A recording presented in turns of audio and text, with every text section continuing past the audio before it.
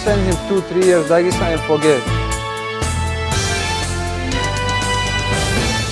All right, guys, welcome back to the fight wrap up. Today, we just got finished with UFC London, Edwards versus Brady. Now, Brady had a dominant victory this fight, and Edwards looked very lackluster. Now, with Brady's dominant performance and showing constant improvement between every fight, I think the matchup to make is him versus Shavkat. Now, Shavkat, he beat Ian Gary for a number one contenders match, but if we really look at it, guys, Brady has done more impressive work than Ian Gary, and Shavkat Rakhmonov's win to get the number one contenders match was Stephen Thompson, and Sean Brady has beat the elite now. I mean, he's beat Leon Edwards, who was a former champ, and I think that deserves the real number one contenders match in Sean Brady versus Shavkat Rakhmonov. Now, I'm not going to forget Brady's performance, probably ever. I mean, this guy broke a record for the whole second round for 4 minutes and 57 seconds. This guy had ground control, which is just insane. I mean, no one's ever got that much control time in one round. As for Leon Edwards, I think they're going to feed him to the winner of Prates versus Neal. I mean, Prates, this guy's on the come up. He's part of the fighting nerds. And I do think he's going to beat Neal, as I think he is a more versatile striker than Neal. And, he could beat Leon Edwards too. Obviously, it's a striking matchup. And, Leon Edwards tends to thrive in striking matches. But versus Carlos Prates, I mean, Carlos Prates is very elite on the striking realm. He's a much longer fighter as well. Well, they're pretty similar, but still, guys, I do believe Prates wins this fight, and Dana White wants this. He wants to propel Prates' career. He sees what he could do with the fighting nerds, and he sees Leon Edwards. Not a lot of people are fans of him anymore. I mean, this guy just doesn't have it in him to win the fight. He doesn't want to win. He doesn't look like he's a fighter anymore. To wrap up the co-main event, well, we had Alberg versus Jan Blachowicz, and it was a very close fight. I mean, I feel every round could have been a swing round. As I saw the fight differently, I had a 29-28 Jan Blachowicz, but this is what happens in a sport.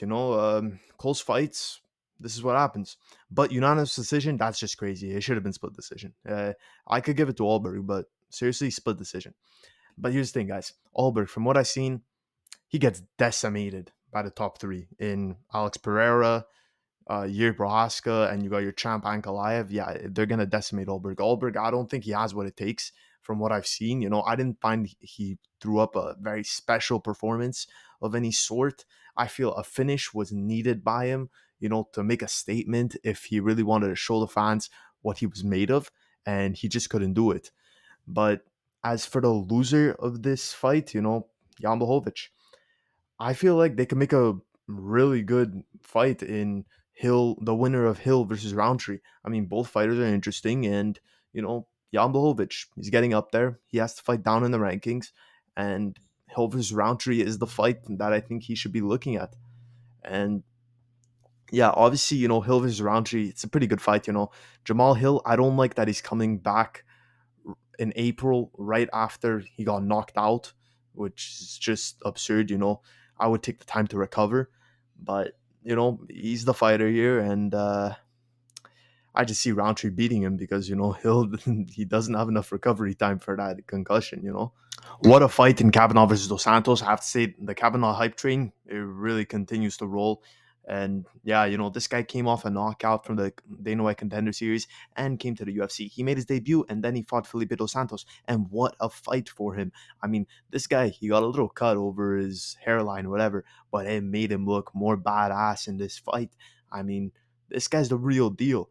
I mean, from his strikings to his wrestling, wow. This guy was taking down Dos Santos, controlling him, just playing around with him, and just striking all the time, even on the ground and pound constantly. This guy was as active as you can be in a fight, and it's what you want to see in a top prospect coming UFC into London, London. After a fight, Molly McCann announced her retirement, and she needed to retire here. The girl that she fought, obviously highly talented, very good wrestling, very good jiu-jitsu, but she came on 1 week's notice and she dominated Molly McCann.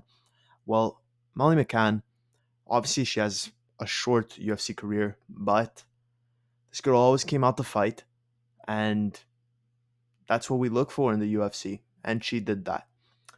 Now, what do I look ahead of her? I think she just lives off of whatever she got paid. Now I don't think she got paid much, but maybe she's gonna have to work at her gym or something.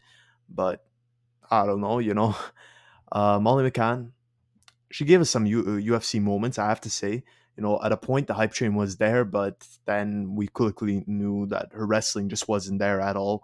And you know, best to the girl, but seriously, you know, she had a losing career, but still a fun career.